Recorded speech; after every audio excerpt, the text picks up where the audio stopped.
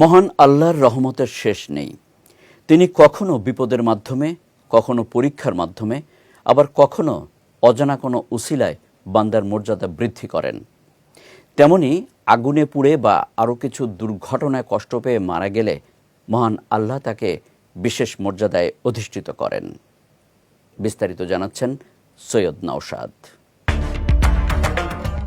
কোনো ব্যক্তি আগুনে পুড়ে বা আরও নির্দিষ্ট কিছু দুর্ঘটনায় কষ্ট পেয়ে মারা গেলে এর বিনিময়ে মহান আল্লাহ তাকে শহীদের মর্যাদা দান করেন।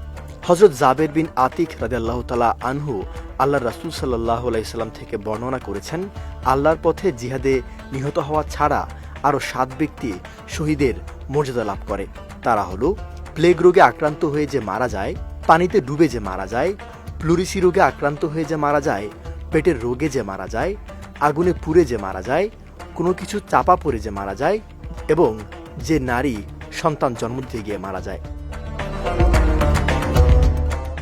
তবে ইসলাম প্রতিষ্ঠার জন্য লড়াই করে যুদ্ধের ময়দানে শহীদ হওয়া ব্যক্তিদের মতো এরকম দুর্ঘটনায় নিহত ব্যক্তিদের গোসল ছাড়া সমাহিত করা হবে না। আগুনে পুড়ে এবং অন্যান্য দুর্ঘটনায় মারা যাওয়া ব্যক্তিদের স্বাভাবিক নিয়মে গোসল করানো হবে। তাদের কাফন, জানাজা ও দাফনও স্বাভাবিক নিয়মেই করতে হবে।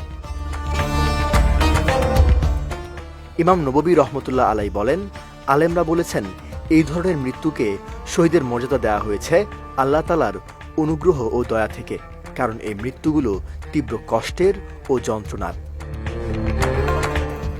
সৈয়দ নওশাদ, বিজয় টিভি, নিউজ ডেস্ক।